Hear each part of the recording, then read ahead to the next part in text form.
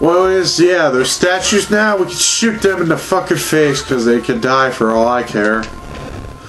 Well, here's a hidden place down here. Heart pace.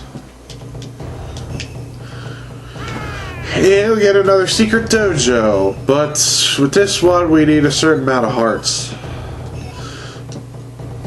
Yeah, we need to come back. Oh, never mind, not hearts. This is one with this. You have to have at least.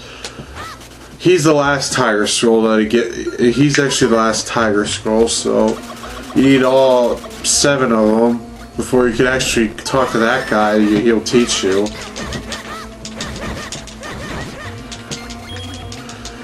Just fucking snakes, man. They're gonna be the worst of your nightmares in this freaking level.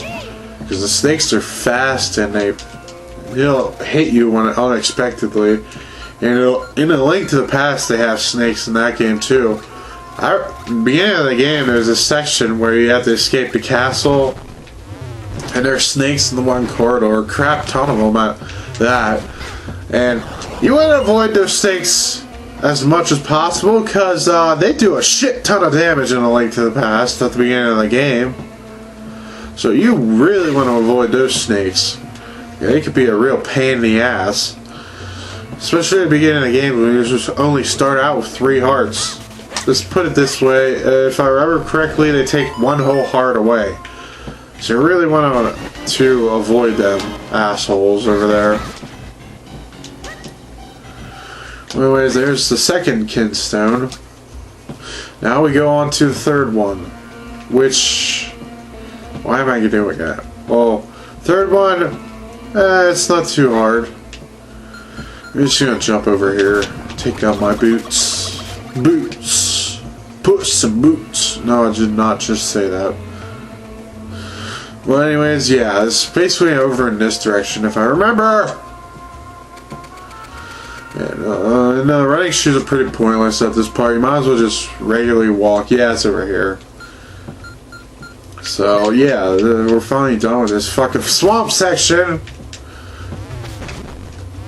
The other sections aren't this freaking horrible, and they have better music. It's just like my least favorite section because the music is not even redeeming it. The music is so fucking depressing and shit, and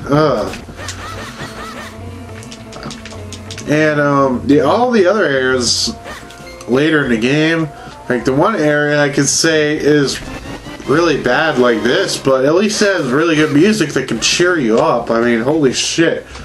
This music just sounds dreary and boring.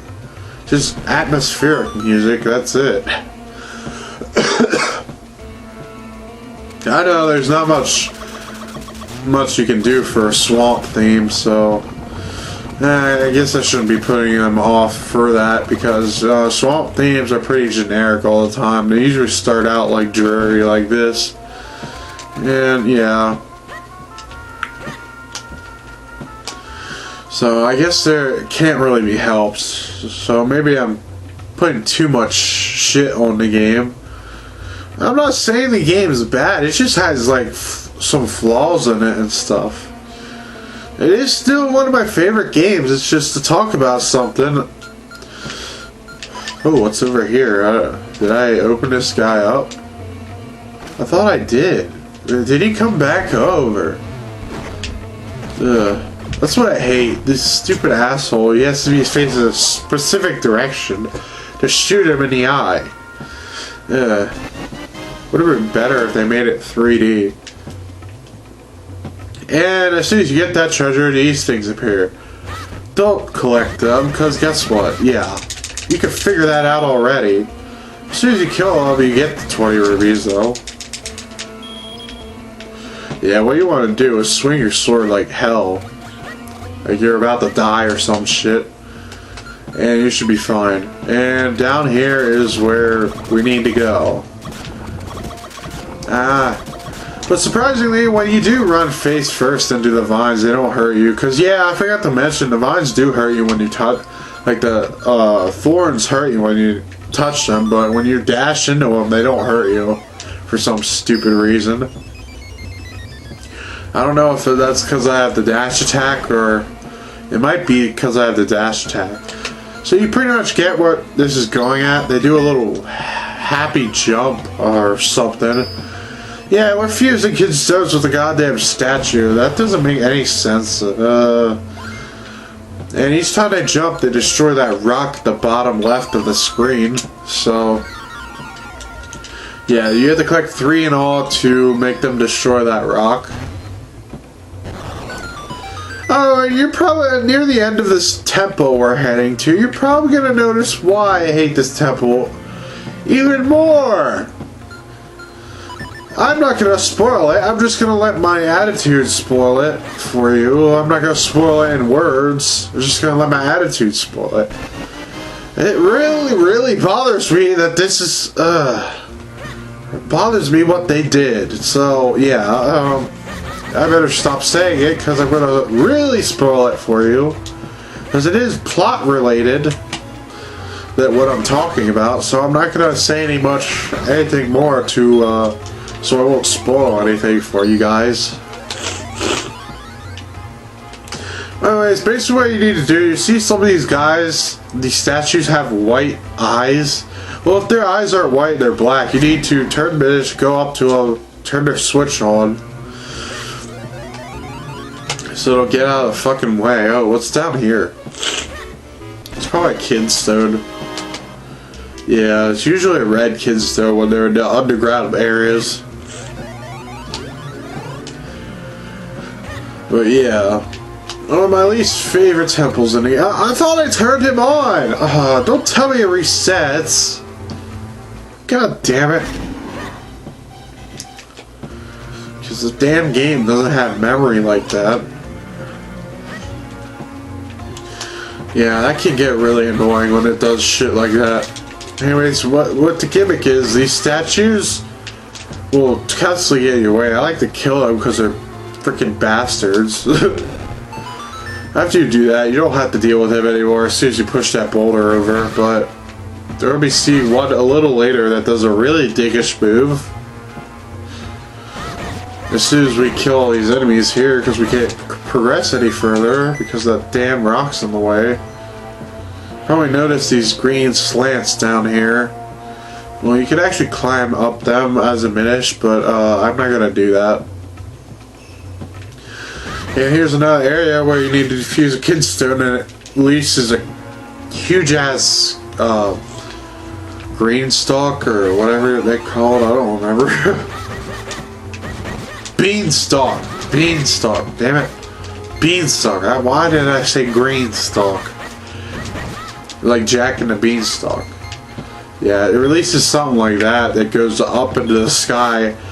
It kind of makes me feel like they got inspiration from that goddamn fairy tale. A little bit of inspiration from that for this game anyways. Anyways, we're basically doing the same thing with this guy. We need to turn his ass on so he'll move out of the fucking way. Or so we can kill him. Because when they're off, you can't kill them or attack them. They have to turn into soldier-like things so you can attack them and kill them. That's basically what I want to do because I'm kind of sadistic like that. Because they're total assholes and they deserve it for blocking our way. I don't know why you couldn't just push them out of the way. Why did I turn Minish? Oh, by the way, you can't pass through that grass when you're Minish, so yeah, that's another thing that's really bad about Minish. You can't go up steps. Well, I understand the step thing, but passing through grass, I don't think it would be that thick. In fact, it would be less thick if you're small.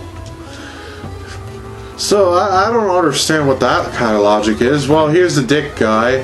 You go zoom right by and block your fucking path like a dumb asshole, like an asshole. So what you want to do is turn his ass off. And go and grow back again. As soon as you turn his ass off, you can attack the others as much as you like. And kill their asses. Oh, by the way, a fun little fact, you can actually use the roll to roll under the enemies. But in this area, we actually have to kill the enemies in this area. will kill all the enemies, so this is where the goddamn rock smashing technique is really useful. Because there's enemies that hide under rocks, and when you go near them, they have the rocks on top of their heads, and you can't attack if you don't have the sword rock break technique, unless you physically go over them and pick the rock up off their head and throw it and break it. That can really get annoying if you don't have the rock smash move. So I recommend right after you get the white sword, go to the dojo to get that, because Link's grandfather's sword apparently isn't sharp enough for that shit. And welcome to the Wind Dungeon, or the Earth Dungeon. I don't remember because I didn't read it. Again, I was rambling, as I always do. Anyways, this is probably one of my least favorite dungeons of all time. Well, actually, I wouldn't say that, but most of the time when I go through this dungeon, I end up going to the ball store without even trying and missing the boss key. I'm probably going to end up doing that in this goddamn playthrough. Oh, with these little things, just take out your arrow and shoot at it, because they don't give you any kind of hint of what to do. Anyways, little mini boss section of this game part.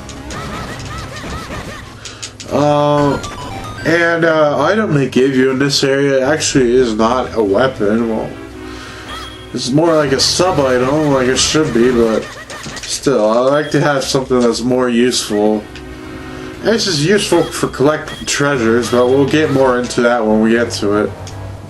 What I recommend you do to make sure you don't run into those assholes that steal your rubies is swing at the rubies. If you collect them, they're not the monsters. If you don't collect them and they turn into those things, well, that's the kind of strategy I like to use for them, so I don't end up losing my rubies to them. Well, I almost fell off the cliff. Well, this little section, we're required to hit the arrows, well, the targets, right here.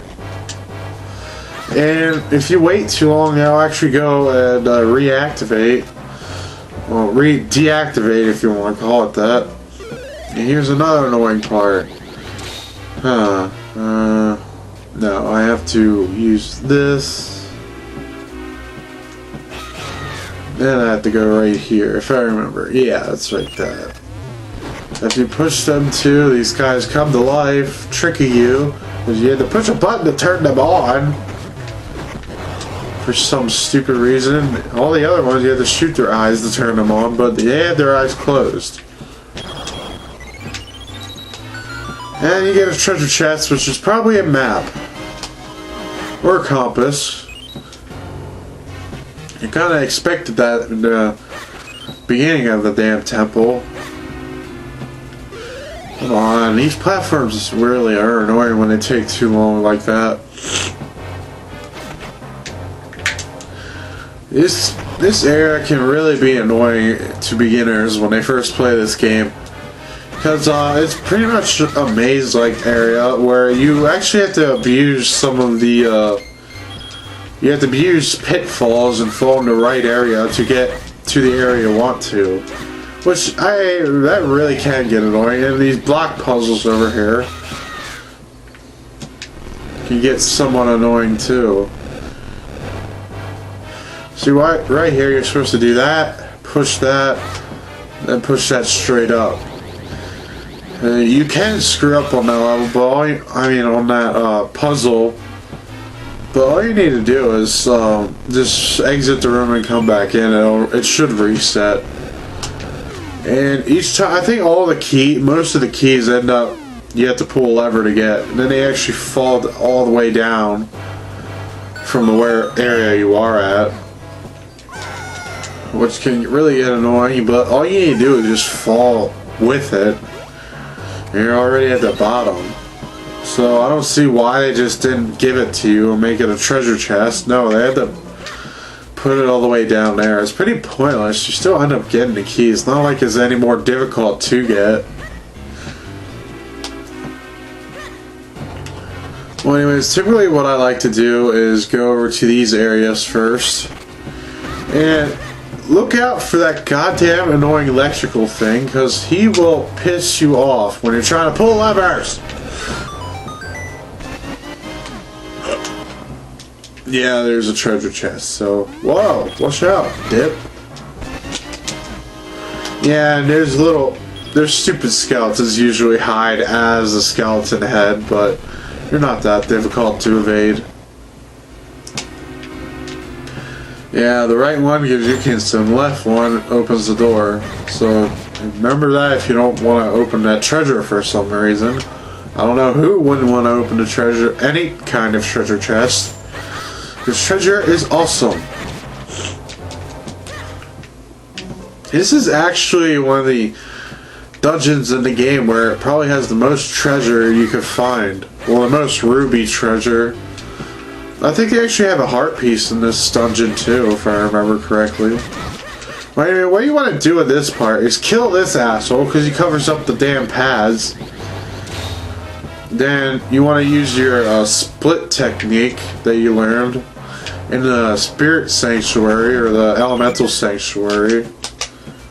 I don't know why I called it the Spirit Sanctuary. And hit those switches out there, which opens up Minish, opens up a room to the to a portal for the Minish. Then what you want to do is go over here. Well, actually, turn this guy on before we do anything like that. And you pretty much see where this is going right off the bat. You're probably gonna think that a key falls, and you're probably right about that.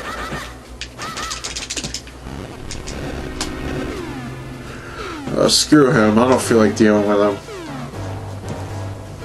So yeah, you can generally see why I want to go for these keys first. Because in the middle room, you'll notice has a different kind of design in it. And that's why you want to go for these keys first, because you actually need 2 keys for that area over there. The area over here is actually we can't go to yet, is you have to use a pitfall to get to that heart container over there. And it's not too bad, but now we have to go through the middle room.